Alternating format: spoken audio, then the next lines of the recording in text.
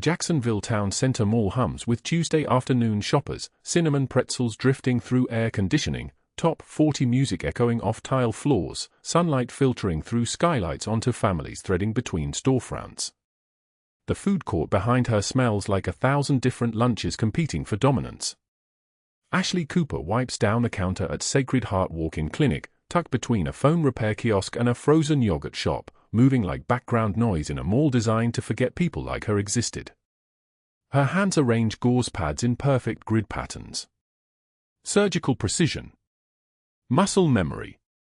The kind of efficiency that comes from 6 years of trying to be invisible while everyone around her talks about their weekend plans and dental insurance copays.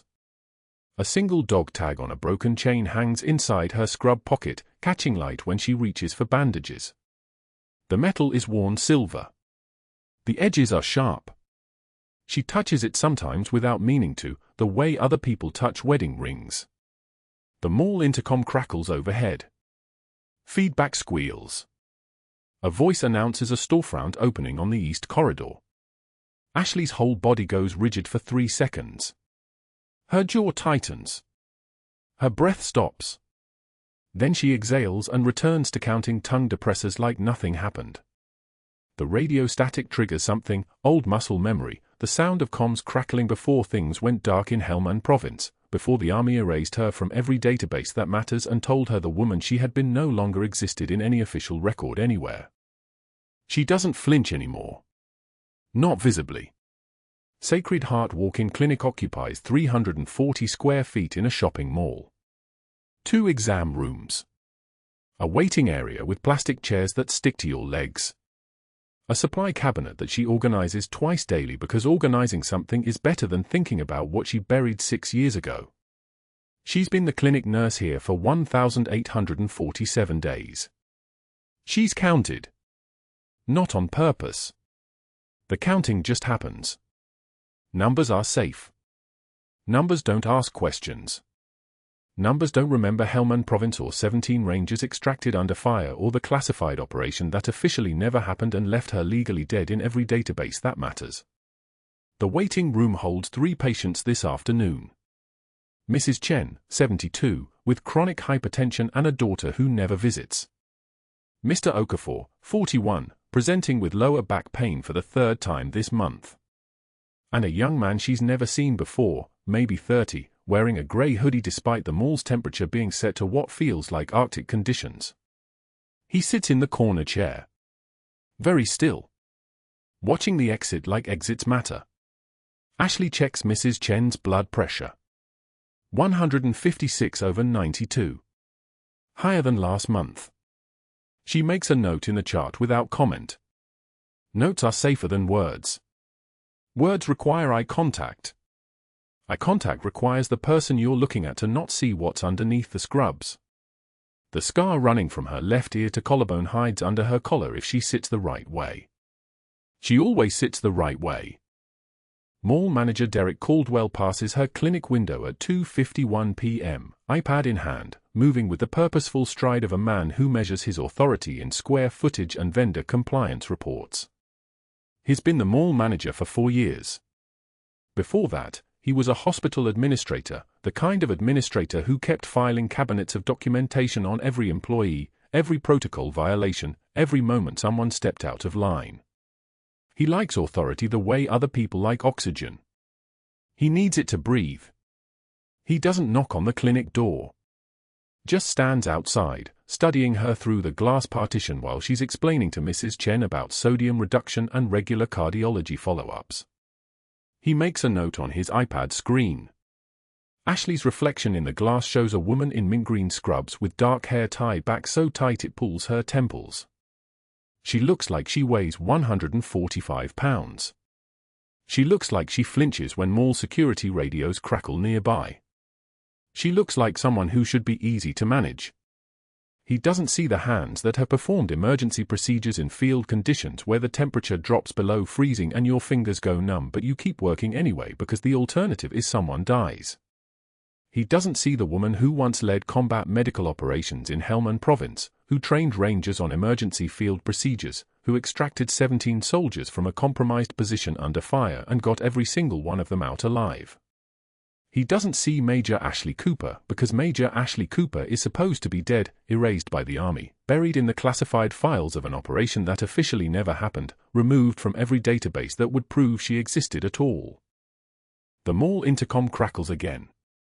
Ashley's hands pause for 1 second on Mrs. Chen's wrist before continuing the blood pressure check like nothing happened. Like her nervous system didn't just replay the sound of combat comms in a FOB Shank corridor at 0400 hours. Like she didn't spend the next 4 seconds calculating exit routes and threat assessment before recognizing the voice as the mall's announcement system and not a radio operator calling for fire support. Caldwell enters the clinic at 2:51 p.m. He doesn't announce himself. Authority doesn't announce. He moves past the waiting area and approaches Ashley as she's updating Mrs. Chen's chart. His presence makes the air pressure change, not because he's tall or imposing, but because he moves with the terrifying fluid precision of someone who has learned to weaponize institutional power. He's wearing a charcoal suit that costs more than Ashley's rent. His watch is the kind that requires reservation 6 months in advance. His smile is the kind that involves no teeth. Ms. Cooper. Not asking. Stating. Your lease renewal comes up next quarter. I wanted to discuss some new protocols. Ashley closes the chart. Her voice comes out even. Calibrated. Of course, Mr. Caldwell. What protocols? Mall liability insurance is increasing. We're implementing new restrictions on which medical procedures can be performed on the premises. No sutures above certain gauges. No intubation equipment in the clinic. No surgical instruments, period. He doesn't look at her. He looks at her clinic like it's an accounting error he's about to correct. For the safety and security of all mall vendors. Mrs. Chen watches this exchange with the understanding that comes from being 72 and having seen smaller men use bigger words to destroy smaller women. Ashley feels Mrs. Chen watching. She doesn't acknowledge it. Acknowledgement requires showing that words have landed somewhere inside her chest. I understand, Mr. Caldwell. Good. We'll discuss details at your lease renewal meeting in 90 days. I trust you'll be amenable to these new requirements. He turns to leave. Then stops. Oh. And next time someone in the food court needs medical attention, let mall security handle it.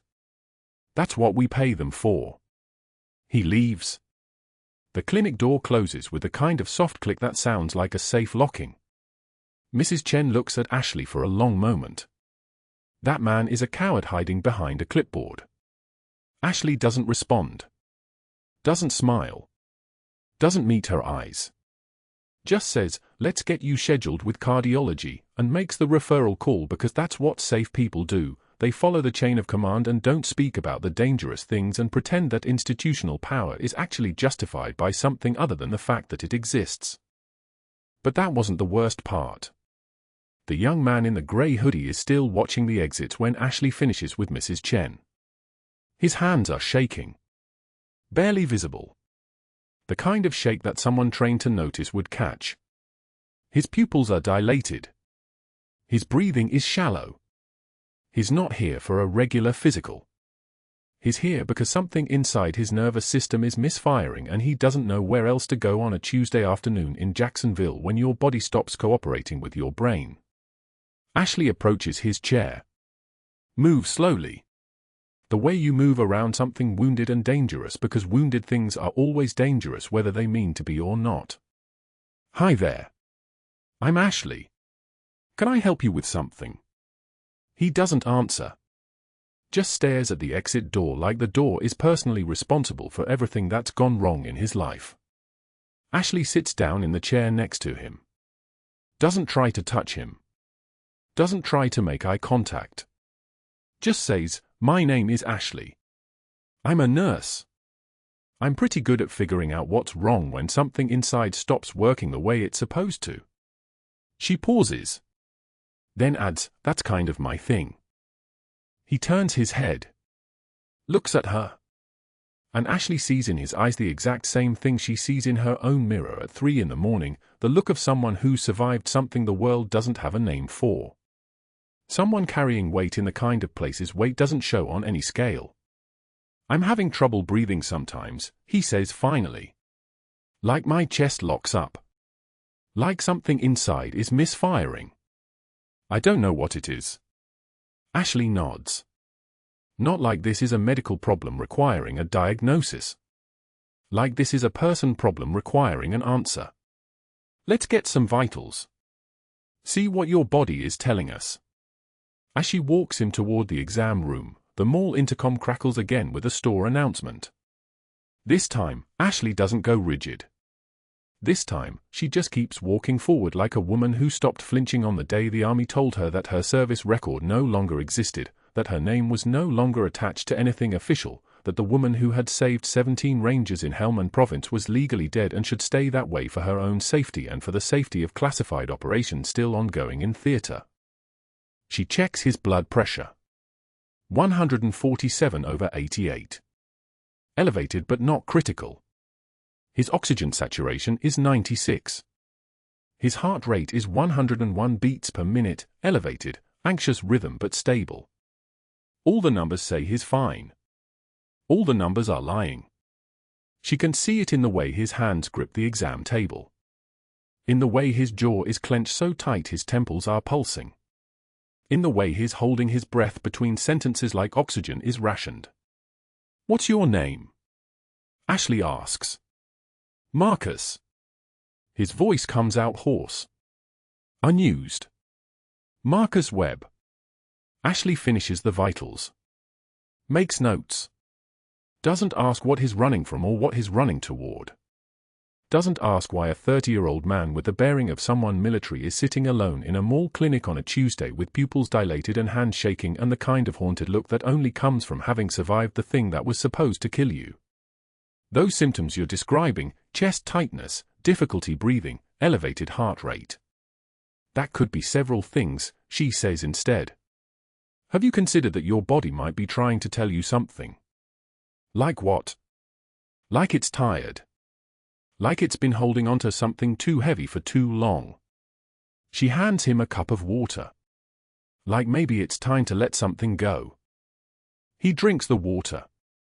Doesn't answer. Doesn't ask how she could possibly know. But his breathing settles. Just slightly. Just enough. And for the first time, he looks at her like she might actually be someone who understands what it means to survive the unsurvivable and then have to go back to normal life like normal life is possible after something like that. Ashley finishes his visit. Gives him the contact information for a cardiologist. Tells him to come back if the symptoms persist. All standard protocol. All the things a nurse says when she's supposed to be invisible and helpful and definitely not a woman who once led combat medical operations in a province where the mountains had no names and where classified operations still echo in classified files and where 17 Rangers are alive today because of decisions she made and expertise she gained and a life that officially no longer exists. As he's leaving, he pauses at the clinic door. Turns back to her. Thank you, he says. For not asking. For just understanding. Ashley doesn't respond. Just nods. Watches him disappear into the mall's endless corridors towards storefronts selling things nobody needs and vendors complaining about broken lights and a manager in an expensive suit measuring authority in square footage and lease renewal documents. She touches the dog tag inside her scrub pocket. The broken chain. The metal worn silver from 6 years of carrying it where nobody can see it. Where nobody can ask questions about it. Where it can just exist like she exists, hidden in plain sight, performing a role so convincing that the world has forgotten there's someone underneath the scrubs. The man in his 30s collapsed like a marionette with cut strings. 1 second he was carrying a pretzel from Sparrow, the next his body seized against the marble floor of Jacksonville Town Center's food court, limbs thrashing in that terrible rhythm that turns stomachs and freezes bystanders. His eyes rolled back. Foam flecked the corner of his mouth. Phones emerged from pockets like predators sensing blood. Ashley heard the screaming from her clinic 80 meters away, a sound that cuts through drywall and conditioning, the kind of sound that makes muscle memory wake up and take notice. She didn't think. She moved. The clinic door was already open. She was already running. Scrubs whispered against her thighs as she dropped to her knees beside the seizing man, her hands finding his airway in the same fluid motion she'd performed 1,000 times in a place that officially didn't exist. She assessed him in 4 seconds, breathing shallow, tongue blocking the airway, O2 saturation probably 40%, turning blue. The color of suffocation. "Give me space," she said to the crowd. Not a request. A command. A student standing nearby held a notebook. Ashley grabbed it without asking, pulled the ballpoint pen from the spiral binding, felt the weight of it in her palm, familiar as a scalpel, same balance point. She clicked the barrel apart. The hollow tube came free, a makeshift airway no longer than her index finger. She tilted his head back, found the cricothyroid membrane by touch, that soft depression in the neck where trachea and thyroid cartilage meet, the exact spot where life and death are separated by 2 millimeters of tissue. Her hands moved on their own. The needle went in. The hiss of air escaping. His lungs expanded, jerky, desperate, but expanding. Color returned to his face like someone turning up a dimmer switch. 40 seconds. That's all the procedure took. 40 seconds and his breathing was audible, his body still seizing but no longer choking on his own anatomy. Paramedics arrived 6 minutes later, their equipment rattling like thunder. Ashley stepped back into the crowd, her hands slick with the stranger's saliva, and watched them load him onto a gurney. 24 phones had recorded everything. Applause rippled through the food court, genuine, startled, the kind of sound that escapes when people witness someone step outside the ordinary and pull a stranger back from the edge. She didn't feel like a hero. She felt like a nurse who'd done her job. From his second-floor office, Derek Caldwell watched the entire sequence on security monitors, his jaw tightening with each frame. The image froze on Ashley's hands during the procedure, the precise angle, the anatomical knowledge, the absolute absence of hesitation. He could read liability in every movement. 20 minutes later, the mall intercom crackled with his voice, thin and bureaucratic as fluorescent light. "Will that clinic girl who caused the scene in the food court please report to mall management immediately?" Every vendor within 100 yards heard it. The Italian place. The pretzel shop. The yogurt counter. The humiliation was intentional, distributed. Ashley dried her hands with paper towels and walked to his office in bloodstained scrubs. She didn't change. She didn't apologize. She moved through the service corridors like someone who'd already calculated the cost of defiance and decided it didn't matter anymore. Caldwell's office smelled like expensive coffee and the particular staleness of recycled air. He sat behind a desk that was too large for the space, which meant it had always been too large for him. He didn't invite her to sit. The power move of a small man with temporary authority. "You performed a medical procedure in my mall without authorization, Miss Cooper." Not doctor. Not Ashley. Miss. The word landed like a slap. "Do you understand the liability exposure you created? If that man's condition had deteriorated, if he died with you playing hero over his body, the lawsuit would have destroyed this property's insurance rating. Do you understand?" She met his eyes. Took one measured breath. The trembling wasn't fear. It was restraint. "I saved a man's life, Mr. Caldwell. You played hero with my insurance premiums."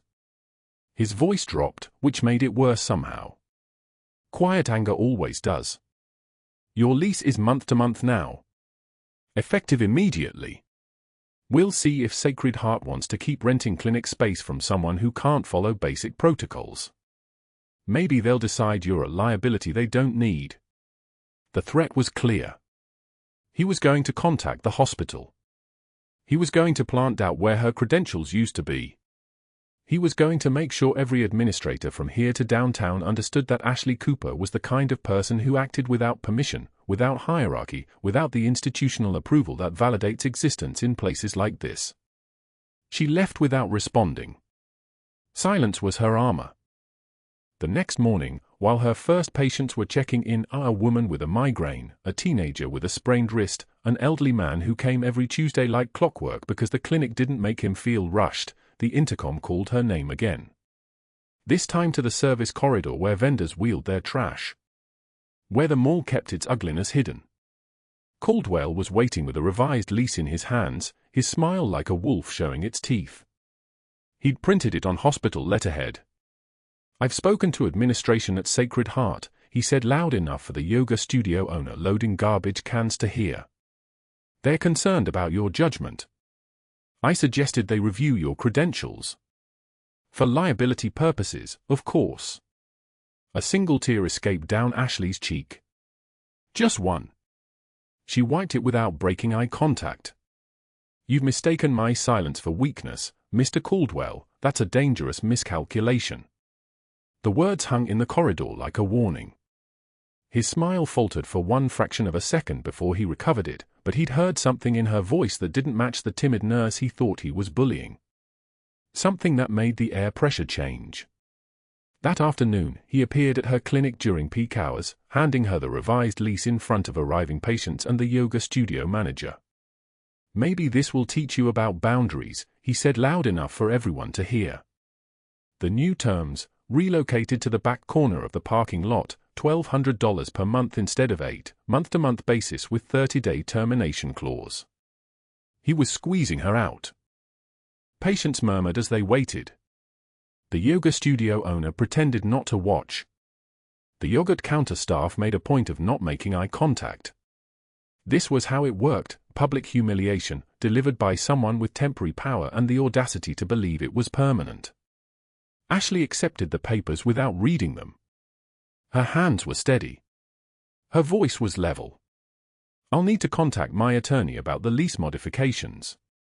"Of course you will," Caldwell said, and he walked away satisfied, believing he'd won. But that night, as Ashley sat in her apartment holding the broken dog tag on its chain, the one she kept hidden in the bottom of her uniform locker, she understood that his victory was built on a fundamental misunderstanding. He'd calculated the risk of humiliating someone with no power. He hadn't calculated the risk of humiliating someone who'd already given up everything and somehow survived it. The dog tag felt heavier than it should have. 6 years of silence. 6 years of being legally dead in every database that mattered. 6 years of rebuilding a life that was never supposed to exist, in a place where nobody asked questions about classified shadows or the operations that left you erased. Her phone buzzed on the counter. A text from Sacred Heart Hospital downtown requesting her employment records for routine verification. Caldwell's doing. He was making calls, pulling strings, preparing his next move with the methodical precision of someone who believed institutional authority was unbeatable. She deleted the text without responding. She couldn't provide records for a person who was officially dead. She couldn't explain her experience without explaining Helmand Province, and Helmand Province was a door that couldn't be opened without triggering protocols that would drag her back into a world she'd spent 6 years trying to escape. But that wasn't the worst part. The worst part was that she could feel something shifting in the distance, not a footstep, not yet, but the pressure change that comes before a storm. Something about the man she'd saved in the food court. Something about the way his medical file would have been flagged, analyzed, investigated by people who knew what they were looking at. The dog tag caught the lamplight, and for one moment, Ashley could almost see the reflection of who she used to be staring back at her. 3 days passed like a held breath. Ashley moved through her clinic shifts with the precision of someone who had learned long ago that routine was a kind of armor. Wound checks. Vital signs. Referral forms. The ordinary work that let her exist in the spaces between who she had been and who she pretended to be. The dog tag hung beneath her scrubs, a weight she had stopped noticing the way soldiers stopped noticing the heft of their gear. At 2:06 p.m. on Wednesday, the clinic door opened and a man in a grey hoodie walked in carrying a bouquet of flowers that looked expensive and thoroughly uncomfortable in his large hands. Staff Sergeant Marcus Webb. Ashley recognized him before he removed the hood, the same jaw, the same way he moved through space like someone accustomed to knowing exactly where every exit was located. His eyes found hers across the waiting room and he smiled, and there was genuine gratitude in that smile, the kind that made people seem briefly younger than their damage suggested. "I wanted to thank you," Webb said, approaching the reception desk. "The ER doc told me you're the one who—" His words stopped. His body went rigid. The seizure started in his left shoulder, a twitch so small most people would have missed it. Ashley saw it. Her nervous system recognized the precursor before her conscious mind caught up, the tightening jaw, the eye roll beginning, the way his hands clenched. "Everyone back," Ashley said. Not a request. A command delivered in the voice of someone who had learned to make rooms obey her. Webb collapsed between the waiting area chairs. His body convulsed with the violence of electrical chaos, his limbs flailing with a force that sent the flowers scattering across the linoleum. His back arched. His head twisted.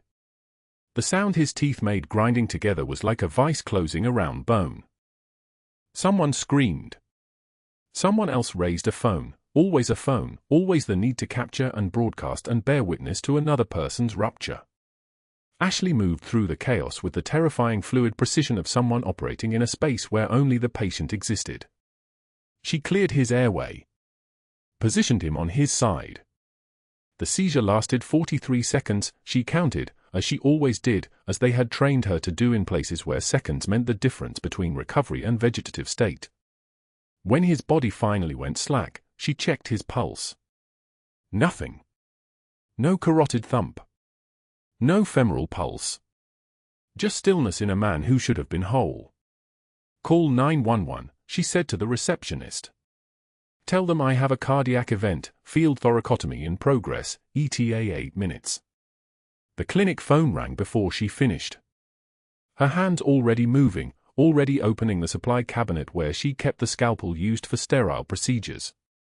It was meant for minor work, suture removal, small lacerations. It would have to be enough.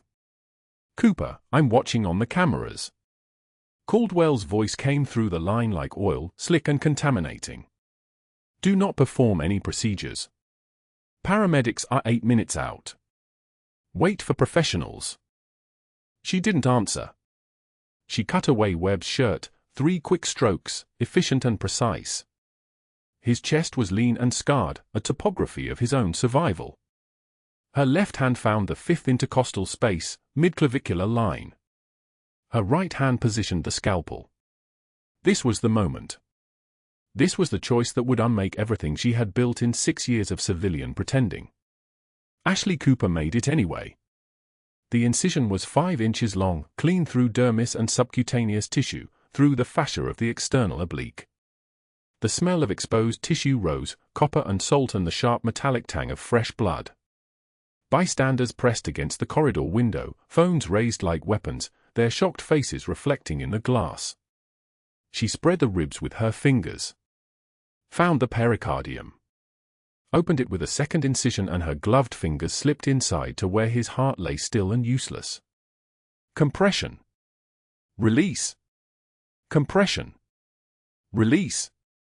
The rhythm of it was muscle memory made conscious, for years of ranger training, 2 tours of Helmand Province, 847 soldiers held together with bloody hands in field conditions that made a clinic supply cabinet look like an operating room.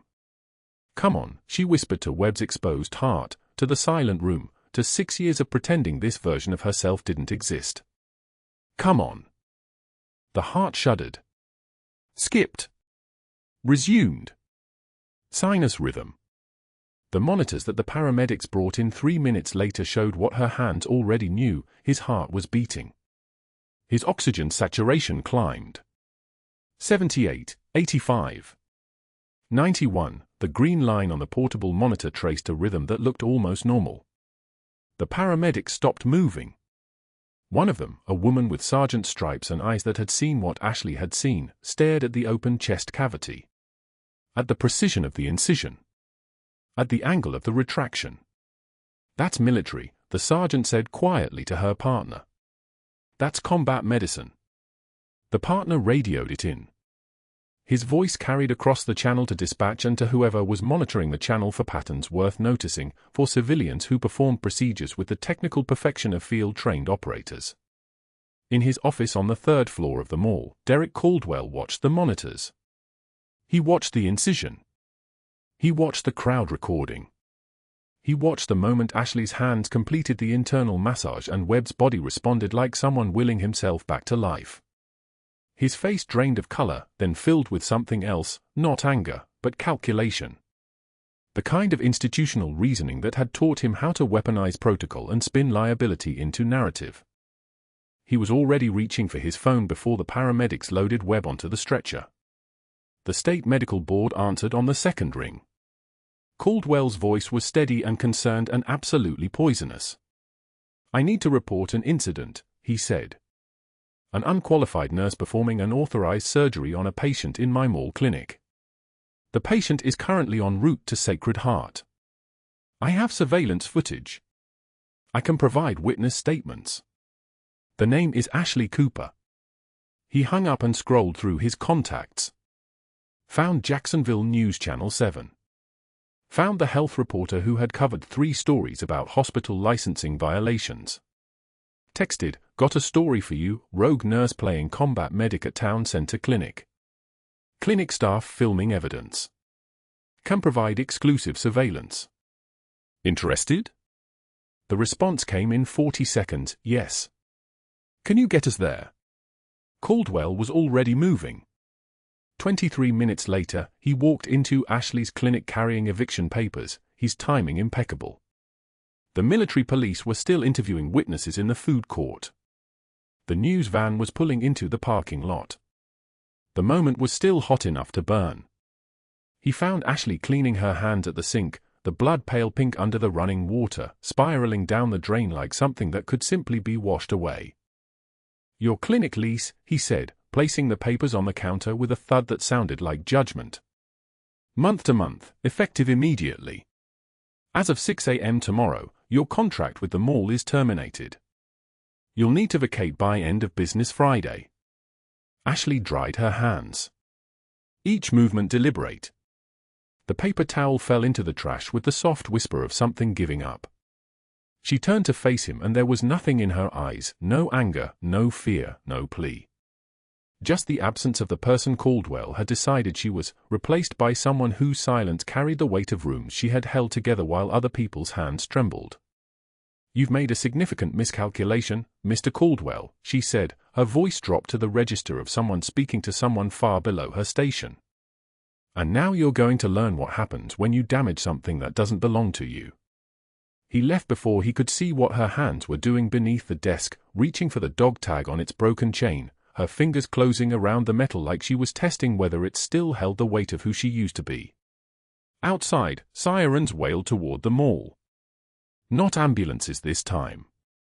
Something heavier. Something official. Something that would take 17 minutes to arrive at Sacred Heart and cross-reference a patient named Marcus Webb with databases that still listed Major Ashley Cooper as deceased. The fluorescent lights buzzed overhead like insects warning each other of danger approaching. The military police were still taking statements in the food court when Derek Caldwell made his first call. He sat in his office on the third floor of the management wing, overlooking the food court through one-way glass, watching the chaos unfold below like a chess player studying an opponent's weakened position. His fingers moved across his phone with the precision of someone who understood institutional leverage the way other people understood breathing.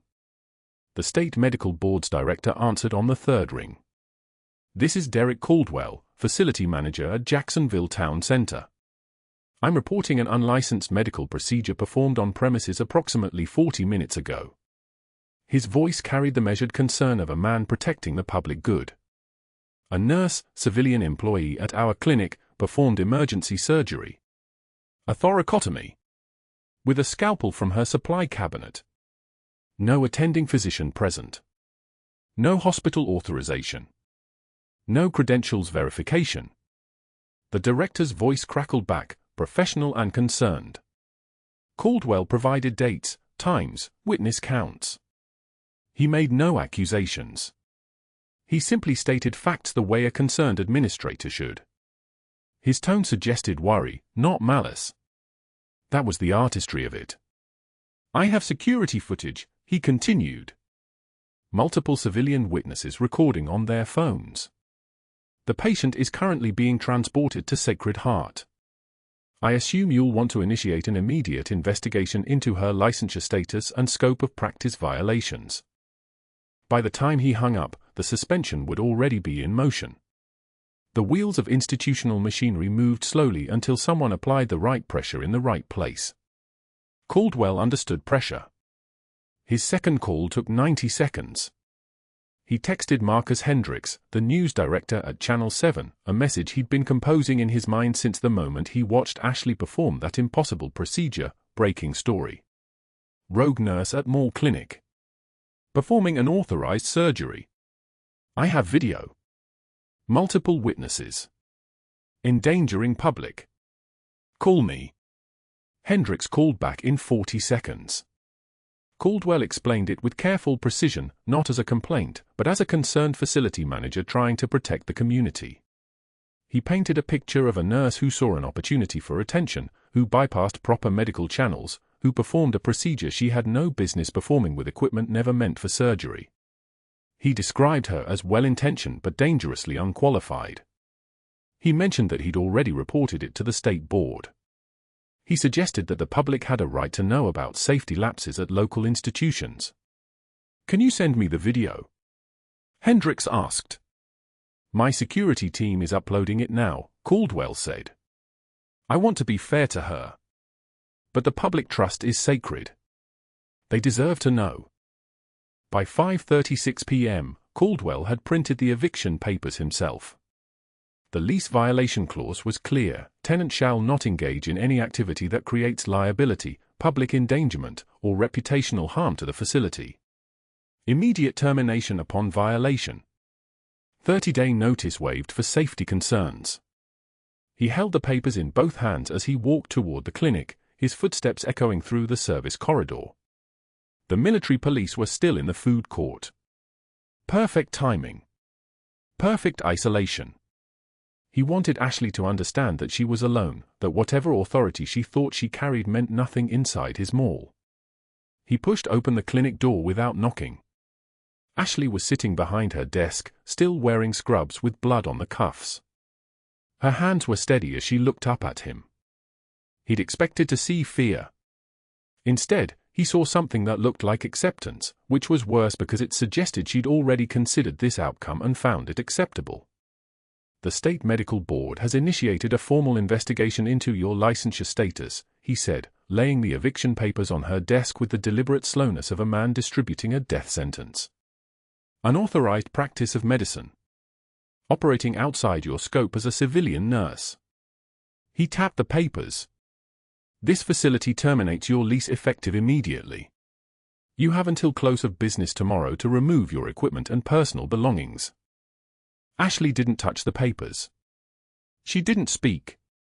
She simply looked at him with eyes that seemed to contain entire operations he would never understand. Sacred Heart has also been notified, he continued, because her silence was infuriating and he needed to hear himself explain the scope of her destruction. Your employment there is under review pending the outcome of the state investigation.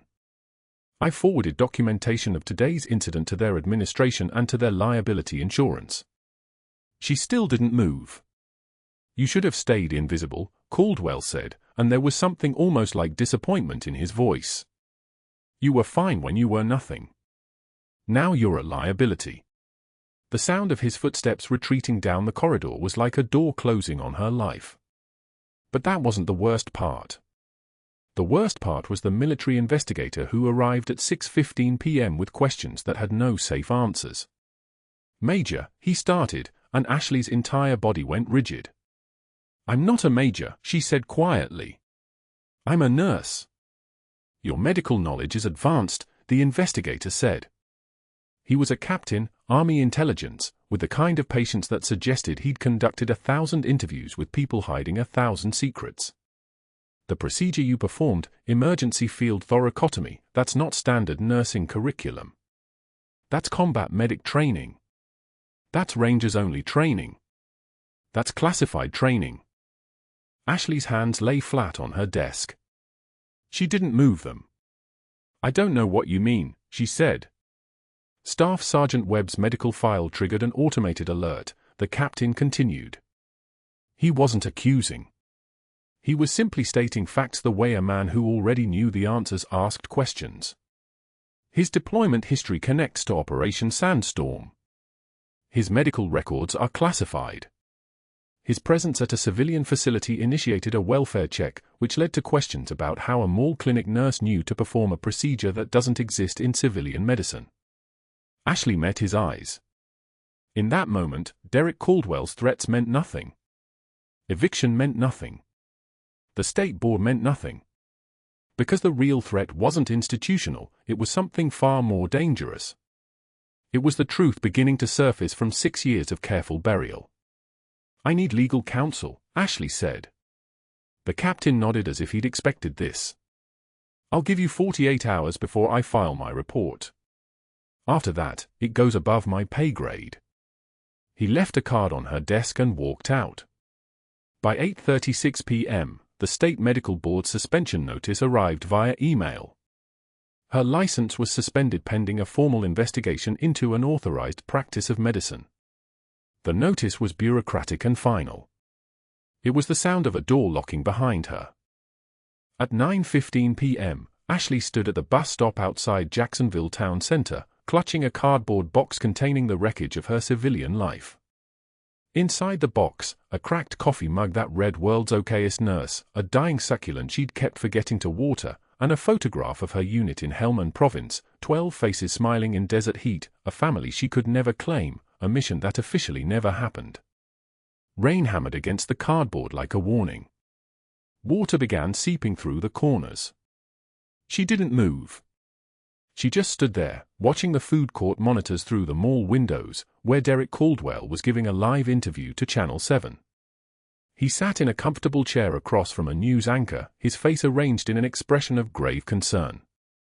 His voice carried the weight of institutional authority, the kind of authority that sounded reasonable, that sounded like he was protecting something sacred. Unqualified individuals endangering public safety at our community institutions is something we cannot tolerate, he said, his hands folded with practiced sincerity. The trust our community places in medical professionals must be protected. When someone operates outside proper authorization, outside proper medical oversight, that trust is violated. We've implemented enhanced safety protocols, increased credentialing verification, and established clear boundaries about what constitutes authorized medical practice within our facility. The anchor nodded sympathetically. And the nurse in question? I wish her well, Caldwell said. But there are consequences to operating outside one's scope of practice. The state board is handling the investigation appropriately. I'm simply ensuring that our facility remains a safe place for the community we serve. The camera cut to a graphic, unlicensed nurse performs emergency surgery, investigation underway. Ashley's phone buzzed. A text from Ethan, Mom, where are you? Saw the news. Coming home. She stared at the message for a long time, rain soaking through her scrubs, water dripping from the cardboard box, her hand shaking as she tried to type a response. Don't worry about me. 3 attempts. 4. Her hands wouldn't steady. The rain fell harder. The monitor inside the food court showed Caldwell's face, confident, righteous, winning. He'd moved with surgical precision, each cut exactly placed, the medical board, the news cycle, the eviction, the isolation. He'd weaponized institutions the way Ashley had once weaponized medical knowledge, and the irony of that wasn't lost on her as she stood in the rain at a bus stop, holding everything she had in a box that was falling apart. What neither of them knew was that when Staff Sergeant Webb's heart stopped during the thoracotomy, something had fallen from Ashley's pocket onto the clinic floor. A single dog tag on a broken chain, the one she'd worn for 6 years under her scrubs, hidden against her skin like a secret that refused to stay buried. A military investigator had found it during the scene documentation. He'd run the serial number through 3 different databases before finding the 4th one, the classified one, the one that didn't officially exist. The tag was registered to Major Ashley Cooper, Operation Sandstorm, Helmand Province, July 2018. Deceased, per official records. Except she wasn't dead. She was standing in the rain at a bus stop, watching her life collapse on live television, about to discover that some chains, once broken, release everything they've been holding. The bus arrived at 9:56 p.m. Ashley didn't board it. Instead, she stood motionless, watching Caldwell's face fade from the monitor as the news broadcast ended, understanding that tomorrow would bring something far worse than eviction, something that would shatter the careful architecture of her civilian life and rebuild her into something she'd spent 6 years trying not to be. Her phone buzzed again. Unknown number. Military area code. The message read, "Major Cooper, we need to talk. Pentagon secure line 1900 hours. This is not a request." A single dog tag lay on the clinic floor where it had fallen, the broken chain still attached, the metal tarnished from years of being pressed against skin during operations Ashley was no longer allowed to acknowledge. The military investigator, a woman named Captain Mercer with cold gray eyes and a voice that didn't inflect, held it between tweezers under the fluorescent light of the evidence room at Quantico, 2 hours from Jacksonville. She read the serial number aloud into a secure phone line to a Pentagon database that hadn't seen that number in 6 years. The silence that followed lasted 8 seconds. Then her supervisor called back. The dog tag belonged to an operation that officially didn't exist. The mission was classified top secret SCI. Every participant had been permanently erased from active duty rosters. And somehow, the civilian nurse who'd just performed emergency thoracotomy in a shopping mall clinic was connected to Staff Sergeant Marcus Webb, an Army Ranger whose medical records had just triggered a Department of Defense alert that pinged through 3 separate federal databases simultaneously. The investigation was no longer about a rogue nurse. It was about a buried asset who'd been compromised and needed immediate protective action. But that wasn't the worst part. Derek Caldwell was mid-sentence on Channel 7's Jacksonville Today morning broadcast, his voice carrying the self-satisfaction of a man who'd successfully weaponized institutional authority. He sat in the guest chair with his shoulders back, his golf tan deepening under the studio lights, speaking about enhanced mall safety protocols and the importance of qualified personnel making medical decisions. The host, Jennifer Matsuda, 42 years on air, her face practiced in the expression of concerned neutrality, nodded along while her producer fed her the next question through her earpiece. Caldwell had orchestrated this interview perfectly. He'd called her personally, framed the story as a public safety issue, provided quotes so quotable they practically wrote themselves. The mall's insurance company had already begun settlement discussions with Staff Sergeant Webb's family, which meant Caldwell would be seen as responsible leadership in a crisis. His corporate headquarters would be pleased. Maybe a promotion. Maybe a consulting contract. He was already imagining the consulting contract when the studio door opened behind him. Ethan Cooper Martinez walked in carrying a shadow box. He was 17, his mother's face in profile, her eyes, her bearing, but born into a world where classification orders couldn't follow him. The security guard, who'd been told to expect no one, called after him, but Ethan kept walking toward the host's desk with the absolute calm of someone carrying something that mattered more than protocol. His voice, when he spoke, was steady. Not shaking. Not theatrical. Just steady as concrete. "My mom is Major Ashley Cooper. Maybe you should see these before you destroy her again." He placed the shadow box on the desk in front of Jennifer Matsuda, then stepped back and stood beside the chair like a soldier at parade rest, his chin level, his shoulders squared.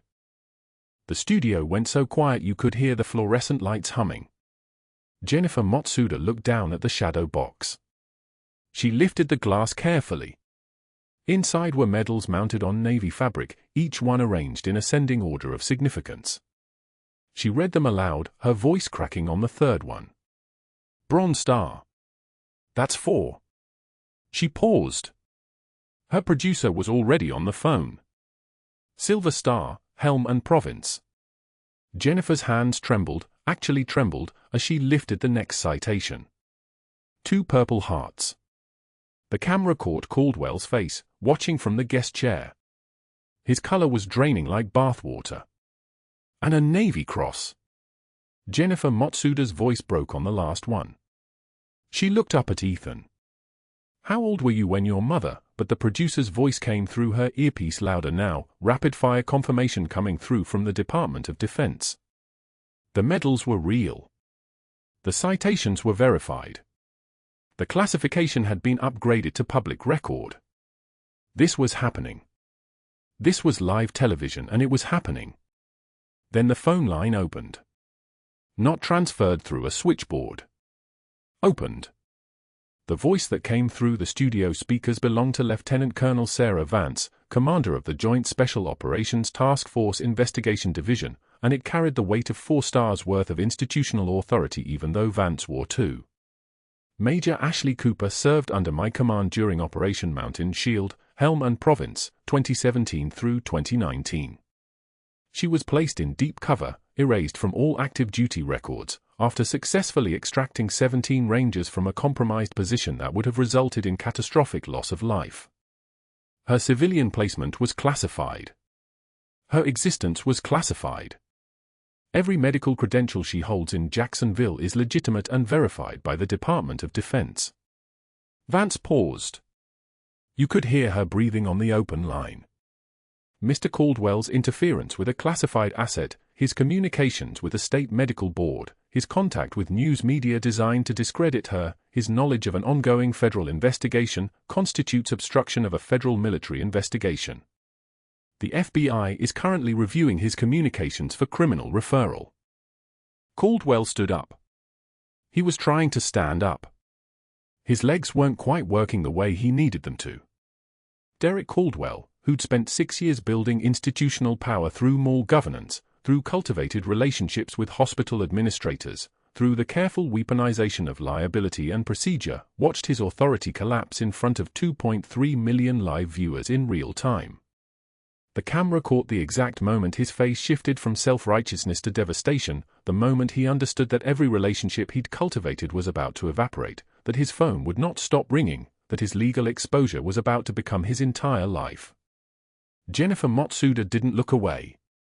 The broadcast didn't cut. The moment played out in its entirety as news organizations across the Southeast began breaking into regular programming with the story. Derek Caldwell, mall manager. Derek Caldwell, who'd called the state medical board. Derek Caldwell, who'd leaked to local news. Derek Caldwell's face, frozen on screen, collapsing. The image held for 3 more seconds. Then the broadcast cut to commercial.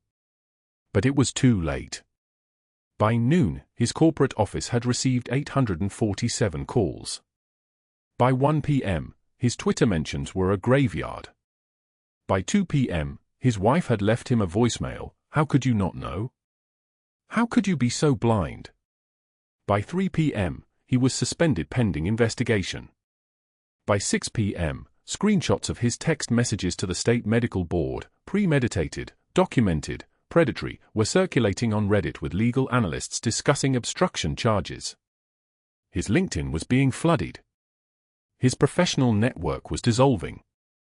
His attorney, suddenly very available and very expensive, was advising immediate resignation from all professional positions. The mall's parent company released a statement condemning his actions. By 8 p.m., he was terminated.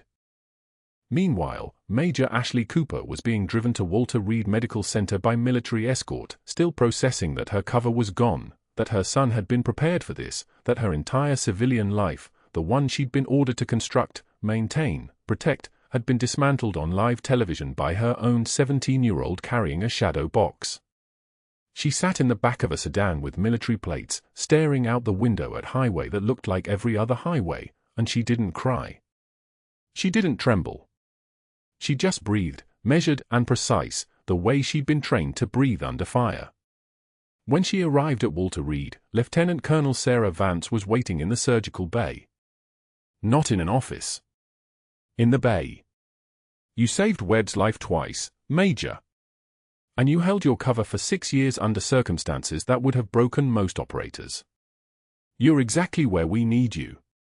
Ashley was assigned to the trauma unit. She worked nights. She treated wounded soldiers who'd seen the things she'd seen, who understood the language of classification and sacrifice, who didn't need her to explain herself because they'd already done the same thing. Ethan visited on weekends.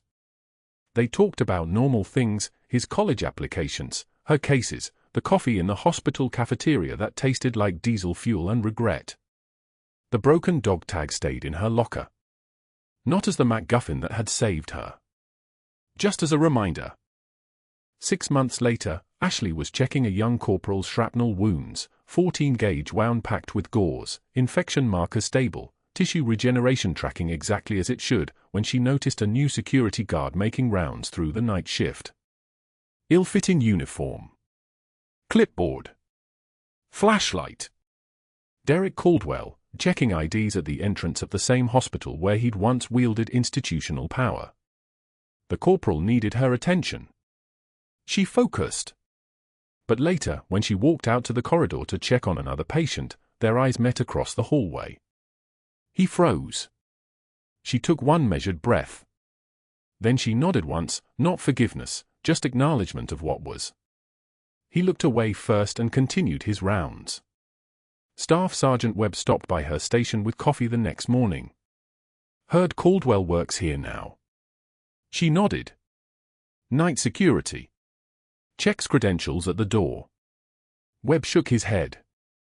Ashley glanced at the broken dog tag hanging inside her locker, visible through the open door. I think he learned that the quietest person in the room might be holding it all together. She closed the locker gently. Outside, dawn broke over Walter Reed. Inside, Major Ashley Cooper, no longer erased, no longer hidden, treated the next patient, her hand steady, her purpose clear. Caldwell checked another ID at the entrance, and the hospital moved on without him. If this story resonates with you, if you've ever held a secret that changed everything, subscribe to the channel and hit the notification bell so you don't miss the next profile. What would you have done in Ashley's position? Comment below. And if you know someone who's been underestimated by institutional power, share this with them. Sometimes the truth is the only possible liberation.